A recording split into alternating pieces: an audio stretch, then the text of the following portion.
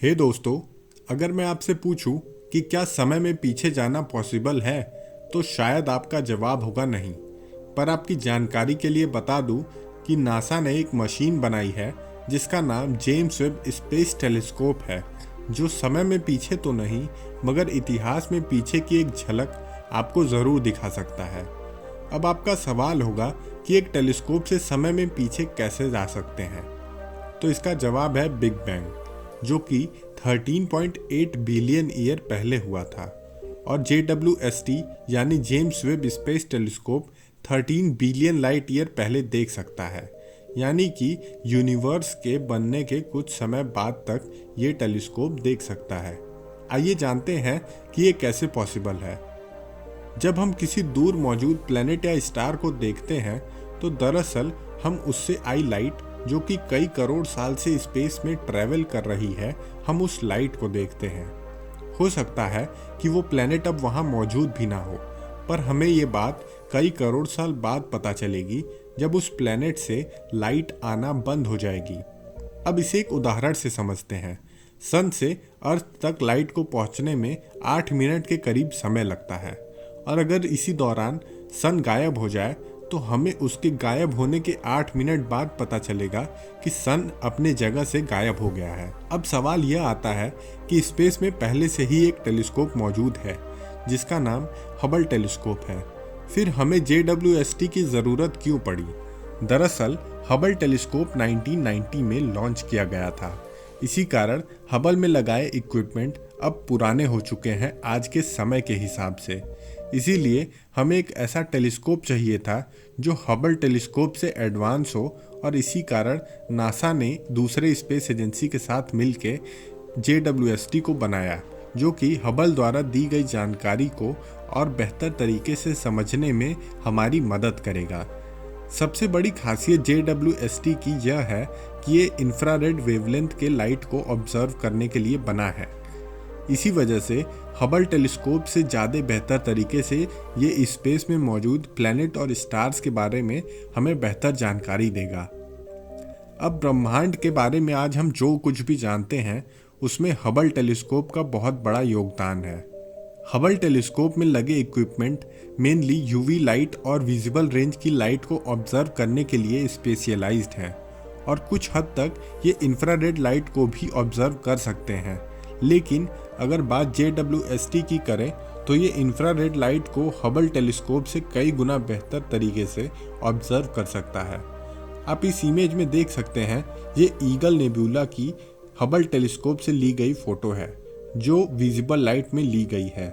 लेकिन यही photo infrared range में देखा जाएगा तो यह कुछ ऐसा दिखेगा। अगर आप इन दोनों फ़ोटो को ध्यान से देखें तो आपको पता चलेगा कि जो फ़ोटो इंफ्रारेड में ली गई है वो बहुत डिटेल्ड इमेज है विजिबल लाइट में ली गई इमेज के कंपैरिजन में। ऐसा इसलिए है क्योंकि इंफ्रारेड का वेवलेंथ विजिबल लाइट से ज़्यादा होता है इलेक्ट्रोमैग्नेटिक स्पेक्ट्रम में। इस वजह से ये कॉस्मिक डस्ट और गैसेस के आर पार पेनिट्रेट कर जाता है, और शॉर्टर वेवलेंथ की वजह से विजिबल लाइट ऐसा नहीं कर सकती। अब जान लेते हैं कि इंफ्रारेड में ली गई इमेज इतनी डिटेल्ड क्यों है। इसका कारण है, जब लाइट किसी बहुत दूर मौजूद प्लैनेट या स्टार से आ रही होती है तो उसका वेवलेंथ विजिबल रेंज से शिफ्ट होके नियर इंफ्रारेड में चला जाता है। इसीलिए हमें JWST की ज़रूरत पड़ी, जो कि इंफ्रारेड वेवलेंथ को कैप्चर करने के लिए स्पेशलाइज्ड है। इंफ्रारेड वेवलेंथ की लाइट को हम नॉर्मल आँखों से नहीं देख सकते, और इसी कारण हमारे ब्रह्मांड को डिटेल में ऑब्जर्व करने के लिए हमें एक ऐसा टेलीस्कोप चाहिए था जो इंफ्रारेड लाइट को ऑब्जर्व कर सके। जेम्स वेब में लगा मिरर हबल टेलीस्कोप से 6 गुना बड़ा है। इसी वजह से ये ज़्यादा डिटेल्ड में इमेज को प्रोसेस करता है, जिस वजह से हम एक डिटेल्ड इमेज यूनिवर्स की देख पाते हैं। जेम्स वेब धरती से 1.5 मिलियन किलोमीटर दूर रहकर सन का चक्कर लगाता है। क्योंकि JWST को इंफ्रारेड लाइट को कैप्चर करने के लिए लगाया गया है, इसीलिए ये जितना सन से दूर रहेगा उतना इसके इंस्ट्रूमेंट अच्छे से काम कर पाएंगे। कोई भी ऑब्जेक्ट जो गर्म होता है वो इंफ्रारेड रेडिएशन इमिट करता है, इसी वजह से इसे बेहद ठंडे तापमान में काम करना होगा, करीब -230 डिग्री सेल्सियस पे। इसमें सनशील्ड पैनल लगाए गए हैं जो सूर्य से आने वाली इंफ्रारेड रेडिएशन से इसे बचाएंगे। JWST 25 दिसंबर 2021 को 7:20 AM पे लॉन्च किया गया था और 24 जनवरी 2022 को ये अपने डेस्टिनेशन यानी कि L2 पॉइंट पे, जो कि धरती से 1.5 मिलियन किलोमीटर दूर है, वहाँ पहुँच गया। अमेरिकन स्पेस एजेंसी ने JWST को सक्सेसफुली अलाइन कर लिया है और उनका मानना ये भी है कि ये उनकी सोच से भी ज़्यादा अच्छे से अलाइन हो चुका है। ये इमेज JWST यानी जेम्स वेब स्पेस टेलीस्कोप के फुली अलाइन होने के बाद की है। ये काफ़ी डिटेल्ड और क्लियर इमेज है।